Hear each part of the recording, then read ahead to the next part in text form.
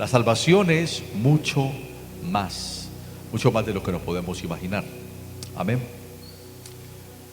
La gran pregunta que nos debemos hacer en esta hora es: ¿la salvación que Dios nos ha entregado afecta algo más que la vida después de la muerte? Yo quiero que usted retome esta pregunta. ¿La salvación que Dios nos ha concedido por haber creído en Jesucristo afecta algo más que solamente la vida después de la muerte? ¿Por qué? Porque a menudo enfatizamos que la salvación solamente puede beneficiar nuestras vidas después de la muerte, después de que partamos aquí. Tenemos un lugar asegurado, como el Señor Jesucristo nos lo ha dicho: a los que creen en mí, a los que creen en Dios, dice su palabra, no se turbe vuestro corazón, porque en la casa de mi Padre muchas moradas hay. Amén. Y yo vendré y lo tomaré a cada uno a mí mismo, para que donde yo estoy, dice el Señor, ustedes estén conmigo, refiriéndose a la eternidad, a las deseables moradas eternas. Y eso está claro. Los que creen en Dios, los que creen en Jesucristo, los que creemos en Jesucristo, tenemos este lugar asegurado. Pero ignoramos a menudo podemos ignorar cómo esta salvación debe afectar, debe beneficiar nuestras vidas en nuestro diario vivir. O sea que debemos aclarar algo, y es que aceptar a Cristo en nuestro corazón por la fe, venir a Cristo por la fe, escúcheme bien, es el punto crucial de la vida en muchos aspectos. Es el punto crucial. Venir a Cristo por fe es el punto crucial, principal de nuestras vidas, en todos los aspectos de nuestras vidas.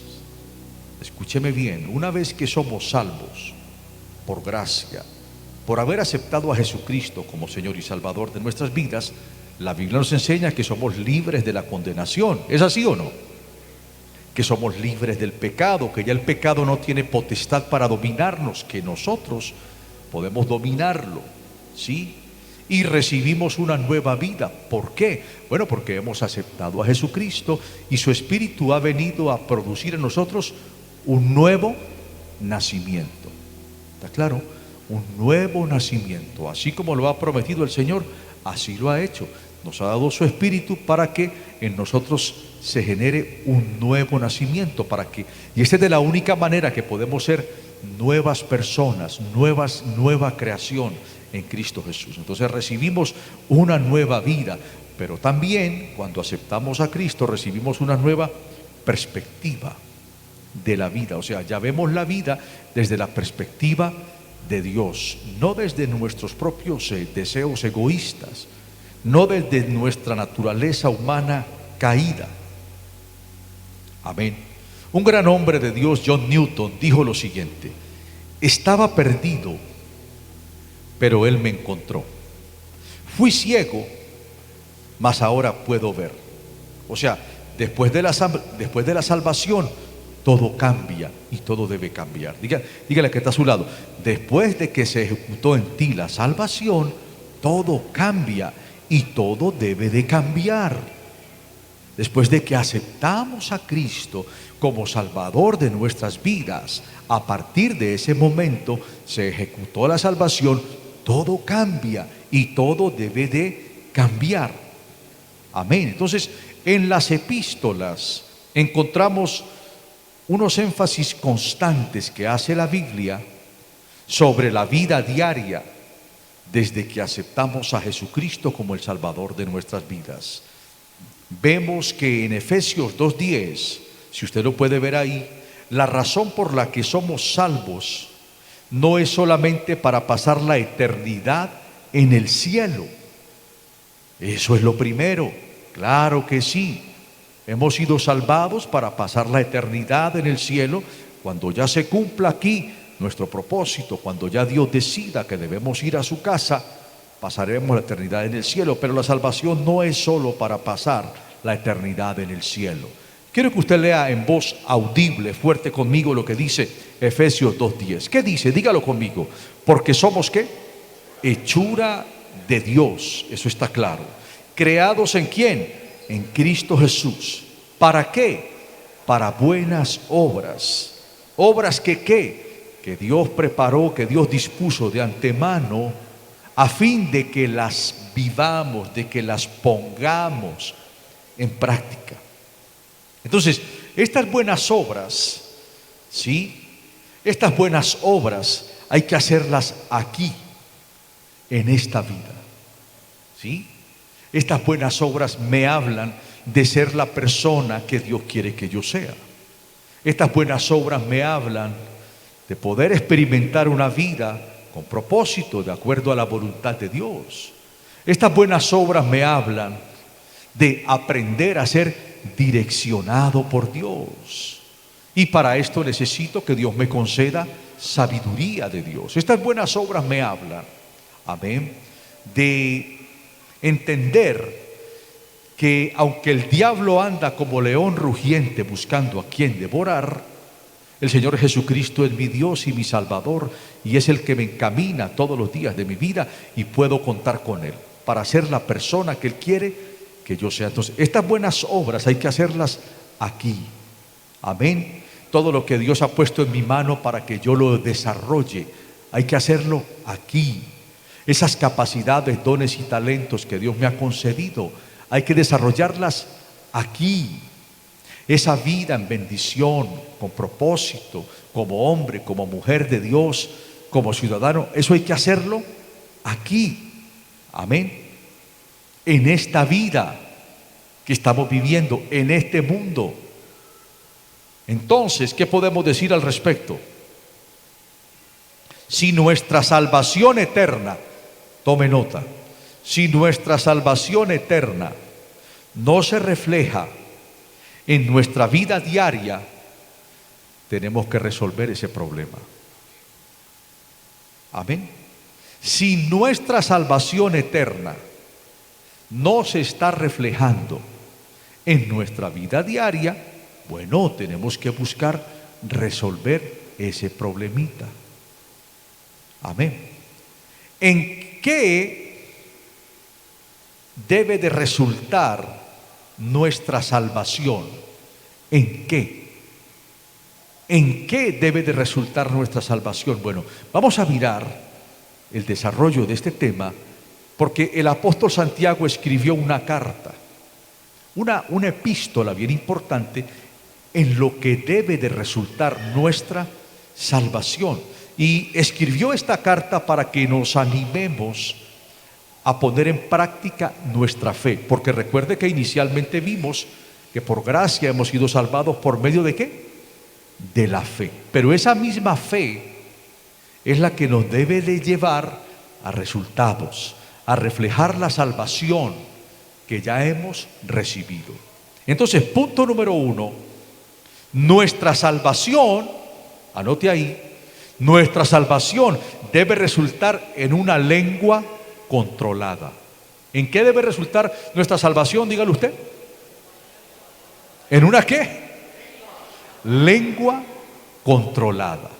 Y esto lo vemos en Santiago capítulo 1, versículo 26. Mire lo que dice este texto. Quiero que usted lo diga bien fuerte. Quiero que leamos la palabra juntos y en voz audible. Y ustedes también allá en las redes sociales a través me acompañan con esta lectura para que nosotros recibamos fe cuando hablamos la palabra. Diga conmigo: si alguien se cree muy santo y no cuida sus palabras, se engaña a sí mismo y de nada le sirve tanta religiosidad. O sea, se volvió un religioso. Si alguien se cree muy santo, o sea, y no cuida sus palabras, se engaña a sí mismo y de nada le sirve tanta religiosidad. O sea, si no cuida sus palabras para ofender, ¿sí?, para murmurar, si no cuida sus palabras para herir, si no cuida sus palabras para decir mentiras, para ser grosero, para deshonrar a sus padres, para tratar mal a sus hijos, para hacer sufrir a los demás o para enredarse en relaciones que no debe. Amén. Entonces, si alguien se cree muy religioso y no cuida sus palabras, se engaña a sí mismo y de nada le sirve tanta religiosidad para hablar negativo, para hablar lo malo. Entonces, no importa, o sea, yo me puedo sentir muy espiritual, yo me puedo sentir muy maduro y a veces podemos adoptar una posición de orgullo espiritual porque llevamos tanto tiempo, porque vamos a la iglesia, pero no importa cuán espirituales nos sintamos, todos debemos cuidar nuestra lengua de una manera muy eficiente, porque recordemos que la vida y la muerte están en el poder de la lengua. Entonces nuestra salvación debe resultar en una lengua controlada. ¿Sí? No sea que nosotros también por hablar de negativo, bueno, nos estemos afectando nuestra propia vida. Entonces, una lengua fuera de control, imagínese usted, imagínese esta dupla, una lengua fuera de control y un corazón que por naturaleza es engañoso. Entonces, imagínese esta dupla, una lengua fuera de control y un corazón engañoso son el resultado de una, por decirlo así, vida religiosa y vacía. ¿Sí? O sea, pura religiosidad, pero nada de transformación. Entonces, la verdadera entrega a Dios, eso se expresa en la vida diaria. Pone de manifiesto la sabiduría en las palabras, en las conversaciones. Y esto nos tenemos que cuidar mucho, porque nosotros a veces la lengua, recuerde lo que dice Santiago, que la lengua es como el timón de un barco. El timón de un barco es lo más pequeño que tiene el barco, ¿sí o no? Pero ese timón domina el barco. Y a veces nosotros los seres humanos tenemos una tendencia a hablar lo que no debemos, a decir lo que no debemos, ¿sí? A promulgar de forma agresiva muchas veces lo que no debemos, y no sabemos que podemos traer muchos problemas, no solamente a nuestras vidas, sino al entorno que nos rodea. Entonces, la sanidad del corazón, un corazón que está en continua renovación, corazón puro, mejor dicho, muchas veces se revela en la forma de hablar, una forma de hablar prudente, una forma de hablar buena, una forma de hablar controlada y apropiada. Amén. Entonces, punto número 1, nuestra salvación debe resultar en una lengua controlada. Sí, claro, la salvación como primera medida es la eternidad, pero como yo les decía al principio, si nuestra salvación eterna no se refleja en nuestra vida diaria, empecemos a trabajar por ahí. Empecemos a pedirle a Dios que nos ayude a manejar, a pedir al Espíritu Santo que nos ayude a controlar nuestra lengua. Punto número 2, hay otros cambios también en nuestras vidas. Entonces, la fe que aparenta existir, aparte de la evidencia de las obras, es una fe muerta. O sea, yo puedo decir que yo creo en Dios, que yo creo en su palabra, pero si esa fe es una fe aparente, es una fe que aparenta existir, aparte de la evidencia, aparte de que se evidencie en acciones, eso es una fe muerta. Eso lo dice Santiago 2:19 al 20. Dice, tú crees que Dios es uno. Bien haces. ¿Y qué más dice? Léalo conmigo. ¿Qué más dice? También los demonios creen y tiemblan. Mas, ¿quieres saber? Dígalo fuerte, hombre vano, que la fe sin obras es muerta. O sea que por fe somos salvos, no por obras, pero esa fe luego debe de traducirse en una vida de transformación, en una vida que vaya siendo cambiada. Y es lo único que lo puede hacer es Dios. Amén. El mismo apóstol Pablo en primera de Tesalonicenses 2:12 nos recomienda algo. Yo quiero que usted lo lea. Dice: les rogamos, les alentamos, ¿qué más dice?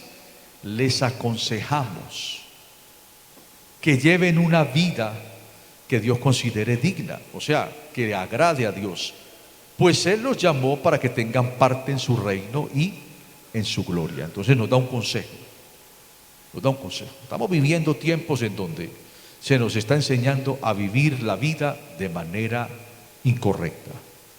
Se nos está permanentemente bombardeando para que nuestras vidas tomen un rumbo totalmente desastroso. Nos quieren venir a influenciar a través de todo lo que escucho, a través de las redes sociales, todo. Nos quieren marcar el paso de la vida. A lo bueno le llaman malo, a lo malo le llaman bueno, y quieren normalizar una cantidad de cosas que en últimas lo único que hacen es destruir la vida en esta tierra. Entonces aquí está diciendo, miren, debemos andar, bueno, como es digno de Dios, o sea, como a Dios le agrada, no como le agrada al mundo, no como le agrada esta carne, que esta carne tiene una tendencia hacia lo malo, no como le agrada a la gente, sino como le agrada a quién, a Dios. ¿A quién debemos buscar agradar? A Dios. ¿Está claro? Entonces, tercero, una vida que busca agradar a Dios es el resultado natural de la salvación. Amén. Por eso les decía, la salvación es mucho más que la eternidad. Entonces, una vida que agrada a Dios debe de ser el resultado natural de la salvación. ¿Por qué? Bueno, porque Dios empieza a producir en nosotros. Una de las cosas que le debemos pedir a Dios, y que es bíblico pedírsela, porque está en la Biblia, es que Él vaya produciendo en nosotros el querer hacer su buena voluntad. Dice el apóstol Pablo, porque Dios es el que produce en nosotros el querer hacer su buena voluntad. Y su voluntad es ¿qué? Agradable y es perfecta. Y es la mejor, porque con Dios vamos a la fija. Con Dios vamos a la fija. A veces suceden cosas que no entendemos. Bueno, pero de pronto suceden cosas que no entendemos. ¿Por qué? Bueno, porque nosotros tal vez hemos tomado decisiones incorrectas, o porque Dios quiere librarnos de algo. Entonces aquí es donde necesitamos estar conectados con Dios, para que Él nos guíe, para que Él nos encamine y para que produzca en nuestras vidas cada día, en últimas, el querer hacer su buena voluntad. Ustedes recuerdan que Jesús enseñó ahí en Lucas, no lo tengo aquí, pero sería muy largo porque es Lucas 19 del 12 al 27. Jesús enseñó que nosotros, además de ser sus hijos, somos sus siervos, también actuamos como unos siervos. Y recuerde que la función de un siervo es ser un buen administrador. O sea, que para Dios también somos administradores. No solamente somos sus hijos por haber creído en Cristo, no solamente somos su pueblo, su creación, sino que somos administradores. ¿Por qué? Porque nada trajimos a este mundo y nada nos llevaremos, porque nada de lo que hoy tenemos nos pertenece. La vida que hoy tenemos es un préstamo divino. El tiempo es un préstamo divino. Las capacidades que tenemos es un préstamo divino. Todo lo que tenemos es un préstamo divino. Y esto significa que algún día tendremos que rendirle cuentas a Dios como mayordomos que somos de cómo administramos nuestras vidas, de cómo lo hicimos. No que vayamos a perder la salvación por esto, no, pero la Biblia dice que en el cielo habrán recompensas para todos aquellos que buscaron hacerlo de la mejor manera posible, pidiéndole a Dios sabiduría para hacerlo. Entonces Jesús enseñó a través de estas palabras que nosotros también somos siervos, mayordomos en esta tierra, para llevar a cabo un plan que como personas debemos realizar, un plan que para con sus asuntos, ¿sí? Mientras, ya sea que aguardemos su regreso o que nos toque irnos antes de su regreso. Eso ya lo tiene decidido es Dios. ¿Está claro? En el mismo libro de Apocalipsis, tú recuerdas que en el libro de Apocalipsis Dios le envía cartas a 7 iglesias. Te lo nombro así rápidamente. Es Apocalipsis capítulo 2, Apocalipsis capítulo 3. Dios le envía cartas a 7 iglesias. Y en cada una, óyeme bien, en cada una de esas cartas hay áreas, escúchame, hay áreas específicas de la vida cotidiana que son elogiadas. Hay áreas específicas para cada iglesia de la vida cotidiana que son elogiadas o que son condenadas. Por ejemplo, a la iglesia de Éfeso, a través de esas cartas, Dios le reconocía su trabajo y su paciencia. A la iglesia de Esmirna fue elogiada por su fidelidad en las pruebas, ¿sí? Y porque supo vivir en escasez. Amén. Pero en el otro extremo, a la iglesia de Pérgamo se le envió una carta donde fue reprendida por tolerar la falsa doctrina. Y a la iglesia de Tiatira fue reprendida por seguir al falso maestro que los conducía a pecados. Entonces, obviamente, Jesús consideró la salvación como algo que debe afectar nuestra vida cotidiana. Si bien es cierto, pues estas iglesias ya están dentro del plan de la salvación, pero mire usted, a una las elogió y a otras las reprendió. Lo que significa, como les acabo de decir ahora, que Jesús considera la salvación como algo que debe afectar nuestra vida cotidiana y no solamente como algo que nos puede beneficiar después de la muerte. O sea, necesitamos reflejar que en realidad hemos sido salvados por Cristo en nuestra forma de ser, en nuestra forma de vivir, en la forma como vamos siendo liberados de tantas cosas que pueden afectar nuestra vida emocional. A veces vivimos acumulando cargas, a veces nos volvemos acumuladores de cargas, nos volvemos muy susceptibles y esa no es la vida que Dios quiere para nosotros. Así no se refleja la salvación tan grande que Dios nos ha dado, sino que tenemos que pedirle a Dios que nos dé sabiduría. La Biblia dice: echa sobre el Señor tus cargas y Él te sustentará. La Biblia también dice que nos pongamos bajo la mano de Dios, que Él nos exaltará cuando sea el tiempo necesario.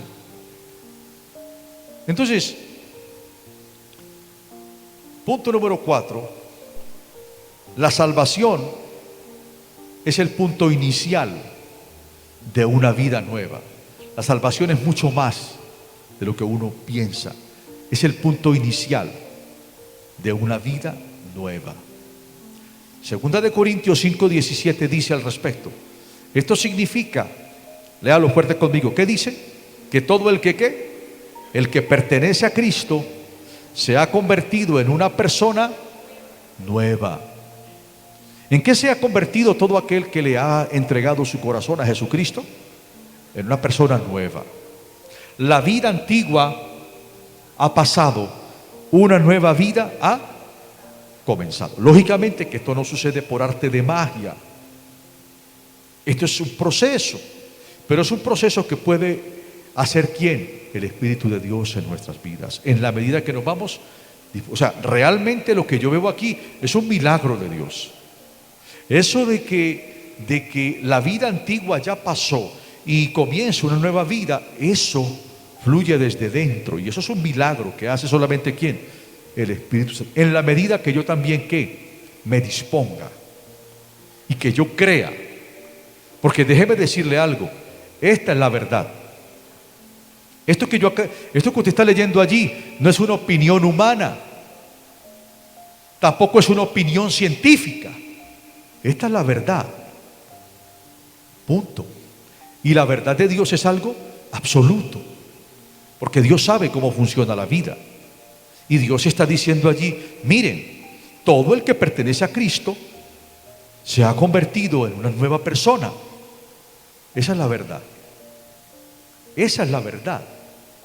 Eso es lo que hay, eso es lo que existe, eso es lo que es real.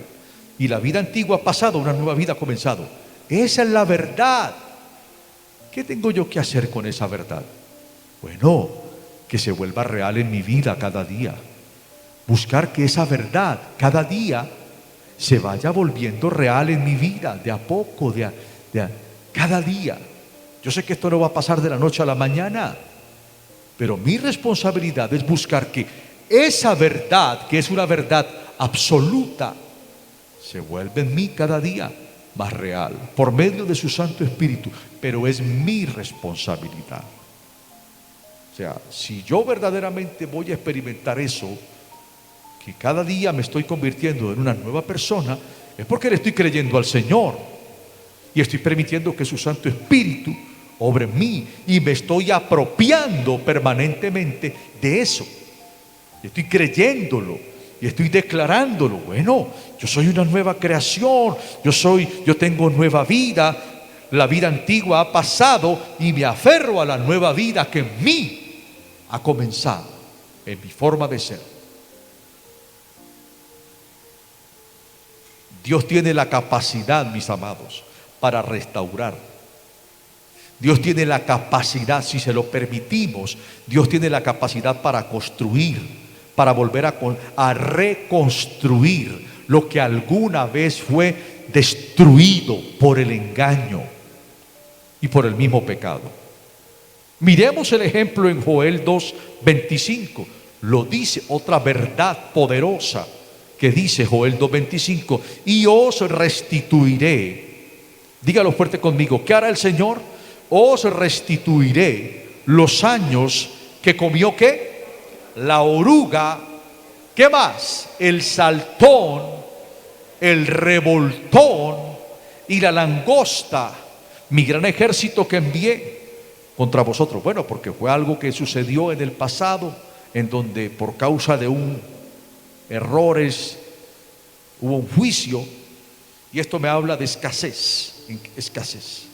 Entonces Dios le prometió a Israel que aunque había traído sobre ellos juicio por haber vivido tanto en el error, Él era capaz de nuevo de restituir los años que la langosta había devorado. Entonces Israel se arrepintió, reconoció su error, se volvió al Señor y sucedió una restauración poderosa. ¿Sí? Una restauración que está en Zacarías 10:6. Leamos la restauración. Quiero que usted lo lea fuerte conmigo. ¿Qué dice? Yo soy el Dios ¿de quién? De Israel. Y escucho, ¿qué hace el Señor? Escucho las oraciones de mi pueblo. Yo fortaleceré a la gente de Judá y la salvaré. Salvaré a todos los israelitas y los haré volver a su tierra, y parecerá que nunca los rechacé, porque les mostraré mi compasión. Amén. Entonces, esto no quiere decir que el hecho de ser salvo hace que mágicamente todo salga a pedir de boca. Mágicamente, no, hay que involucrar el corazón. Hay que involucrar la transformación. Esto no quiere decir que el hecho de ser salvo sea que todo salga de manera mágica. Sí, mejor dicho, estamos blindados, pero yo no quiero disponer mi corazón. Dios está en la obligación de hacerlo porque yo tengo salvación. No importa yo cómo me porte, no. Si yo no involucro mi corazón para que lo transforme, bueno, Dios va a permitir cosas que luego, claro, Él nunca nos va a soltar, pero las cosas que van a suceder por causa de acciones, Dios las va a utilizar para sacar lo mejor de nosotros. Hay momentos en que Dios permite dificultades. Hay momentos que Dios permite dificultades, como alto costo por nuestros errores cometidos, por nuestra dureza de corazón. ¿Sí? Y nos muestra la necesidad, nos atrae y nos muestra la necesidad de confiar en Él. Amén. Pero sabe una cosa, enfrentarnos a estas pruebas, a las pruebas de la vida que trae este mundo, con una nueva perspectiva y con una nueva fortaleza que viene de Dios, eso nos va a ayudar a ser testigos y a reflejar la salvación que de Dios hemos recibido. De hecho, escúcheme bien, las dificultades que son bien asumidas se vuelven realmente regalos de Dios. Las dificultades que son bien asumidas, luego Dios coge eso y lo convierte en un regalo del cielo, como le sucedió a José cuando sus hermanos lo rechazaron y luego él se convirtió en un rey importante y luego él rescató a su familia. ¿Sí? Son regalos de Dios para hacernos crecer en la fe, para que crezca nuestra dependencia de Dios y para prepararnos con el propósito de ser una bendición para los demás. Por eso debemos tener muy claro lo que dice Segunda de Corintios 12:9. Quiero que usted lo lea bien fuerte. Léalo, aprópiese de esta palabra. ¿Qué dice? Y me ha dicho el Señor. ¿Qué me ha dicho el Señor? Bástate mi gracia, porque mi poder se perfecciona en la debilidad. Por tanto, de buena gana me gloriaré, más bien en mis debilidades, para que repose sobre mí el poder de Cristo. Amén. ¿Cuánto le da un aplauso a Dios por esta palabra poderosa? Segunda de Corintios 12:9, diga, yo lo tomo. Bástate, ¿qué? Mi gracia. A veces hay cosas que solamente la gracia de Dios puede resolver, porque de pronto no nos las merecemos, o porque de pronto no tenemos la capacidad para resolverlo, o no tenemos la capacidad para poder tenerlo, pero solo es la gracia de Dios, y por eso uno tiene que confiar en la gracia de Dios. Recuerde que la gracia de Dios tiene dos aspectos importantes. El primer aspecto es esa gracia salvadora, ese regalo que no nos merecemos, pero que Dios nos lo otorga, esa intervención divina que no nos merecemos, pero que Dios nos la otorga por pura gracia. Y el otro aspecto de la gracia es el poder de Dios que nos capacita. Sí, usted por eso muchas veces ora y dice, Señor, coloca en mí la gracia necesaria para poder llevar a cabo esta labor. O sea, la gracia es también un poder de Dios capacitador. Por eso dice el texto allí, bástate mi gracia, porque mi poder se perfecciona en la debilidad. Amén. A veces somos débiles y decimos, Dios mío, esto me pudo, esta situación me pudo, y siento desmoronarme, o siento que yo no voy a poder con esto, pero acudo a Dios, acudo a su gracia y le pido que por gracia intervenga, y le pido que su gracia me capacite para poder asumir esa situación, y el Señor se manifiesta de forma gloriosa y de forma sobrenatural. Amén. Entonces la salvación es mucho más que la salvación eterna. Es algo que cada día se debe de manifestar en nuestras vidas. Y punto número 5 dice, en el ministerio de Jesús,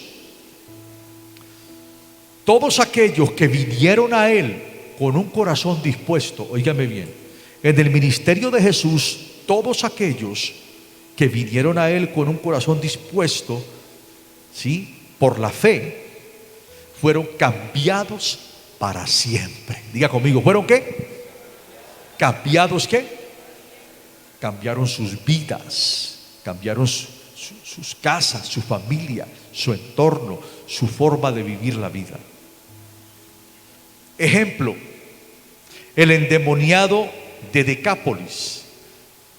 El endemoniado gadareno luego se fue a Decápolis, a su casa, siendo un evangelista. Imagínese usted, una persona endemoniada que se encontró con Jesús, se convirtió posteriormente en un evangelista. ¿Por qué? Porque todas las personas que vinieron a él fueron cambiadas por completo y para siempre. Y en esto se tiene que reflejar la salvación que hemos recibido, en un cambio completo. Pero esto depende también de mi buena disposición y de que yo le crea al Señor y de que yo le permita obrar en mí y de que yo tome decisiones claras y le diga: Señor, yo quiero un cambio en mi vida. Yo sé que solamente tú lo puedes hacer. Miremos cómo lo hizo Marcos 5:20, lo que sucedió. Dice: así que el hombre, el endemoniado gadareno, después de ser liberado y transformado, dice, ¿qué pasó con el hombre? Ayúdeme a leer, ¿qué pasó? Se fue a la región de Decápolis. ¿Y qué hizo él? A contarles a todos lo mucho que Jesús había hecho por él, y toda la gente estaba muy asombrada. Mire lo que hizo la salvación en ese hombre.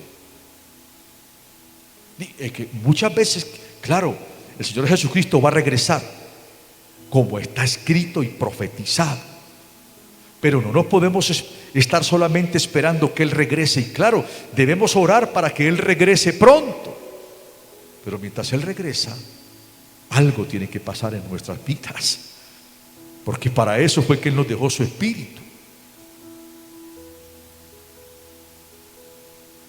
Mire, algunos llegan al Señor de pronto endemoniados, como este hombre. Otros llegan al Señor de pronto con muchas cargas.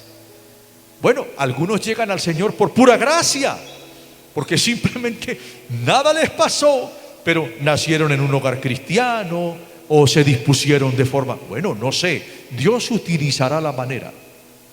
Pero este hombre fue un poseído de demonios, pero se convirtió en un ejemplo viviente del poder de Dios. Se dispuso, fue a contarles lo que Jesús había hecho por él.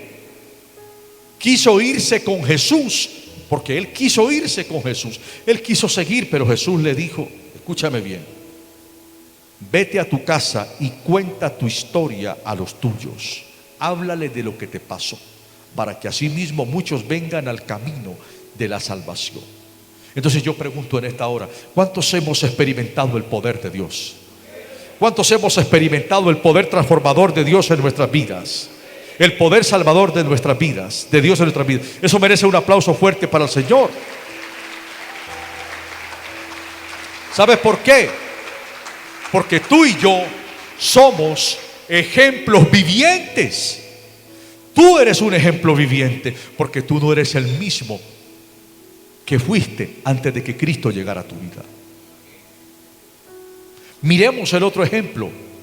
Que en el ministerio de Jesús, todos los que vinieron a Él fueron transformados para siempre.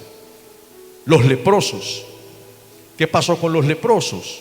Se reincorporaron a la sociedad, porque recuerde que en aquel tiempo un leproso era excluido de la sociedad, era desechado, era un desecho de la sociedad.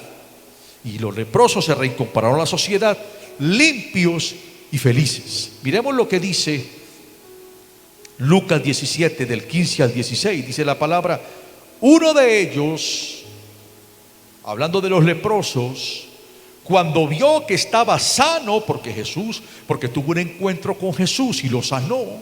Esto produce, cuando uno viene a Cristo, cambio total.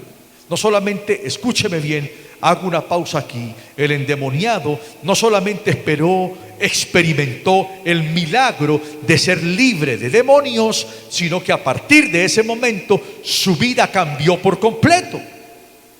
Los leprosos no experimentaron solamente el hecho de haber sido liberados de esta enfermedad, sino que a partir de ese momento fueron otras personas completamente. Cambió su forma de ser, cambió su forma de hablar, cambió su forma de ver la vida, cambió su carácter, porque ellos se dispusieron para eso. Uno de ellos, cuando vio que estaba sano, volvió a Jesús y exclamó: alaben a Dios. Luego dice: y cayó al suelo a los pies de Jesús y le agradeció por lo que había hecho este hombre. Este hombre era samaritano. A partir de ahí sus vidas no volvieron a ser las mismas. O sea, experimentaron un milagro, pero un milagro que transformó. Un milagro que luego los transformó en otras personas. Los publicanos, por ejemplo, se convirtieron en benefactores. Los publicanos que venían a Jesús luego se convirtieron en benefactores. ¿Sí? Miremos lo que dice: y los pecadores en santos. Miremos lo que dice Lucas 19:8. Dice: pero Zaqueo, hablando de Zaqueo. ¿Cuántos recuerdan a Zaqueo? Amén. Ok.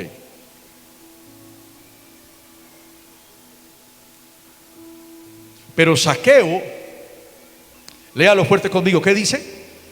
Dijo resueltamente, mire, después de que él tuvo un encuentro con Jesús, ¿él qué hizo? Resolvió, amén, que la salvación se manifestara en su forma de proceder.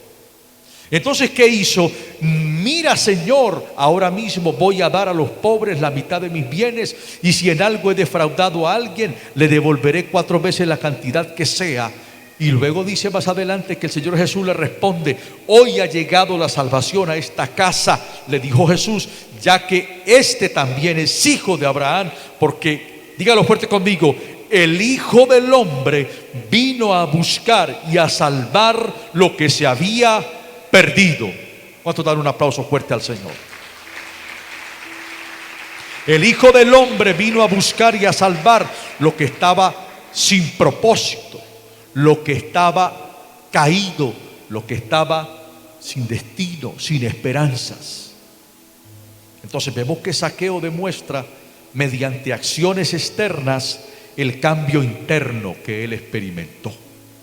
Diga conmigo, Zaqueo demostró, diga conmigo, Zaqueo demostró mediante acciones externas el cambio interno que Jesús le otorgó.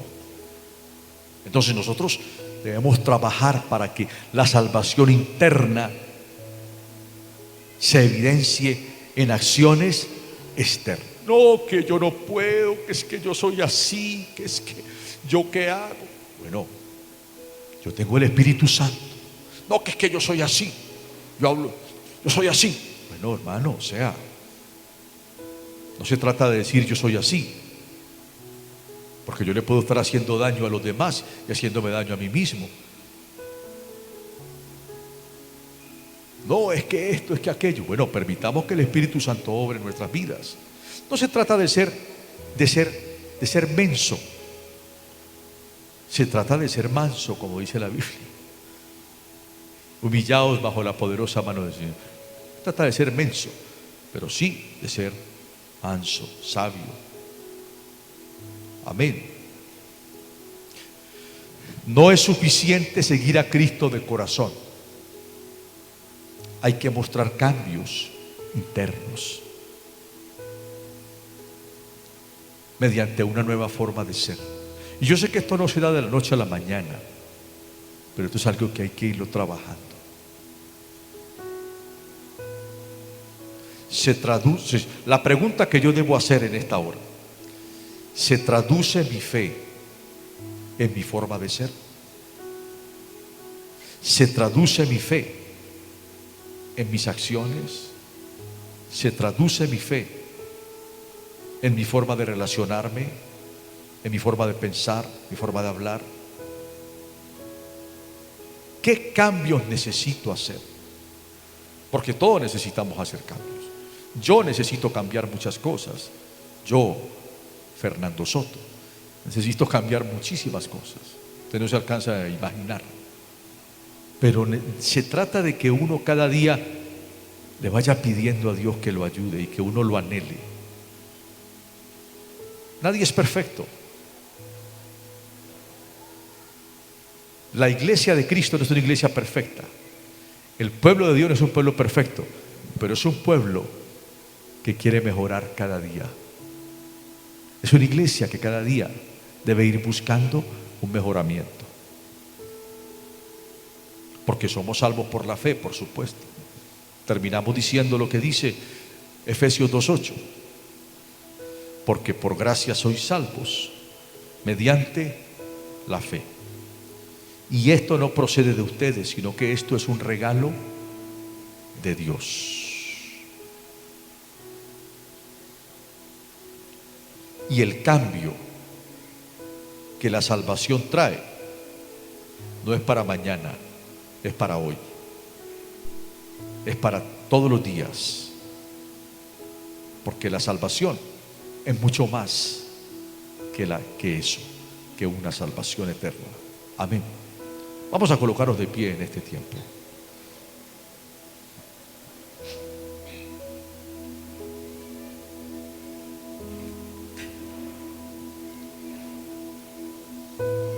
Dígale: Señor, gracias te doy por esta oportunidad que tú me concedes en esta hora.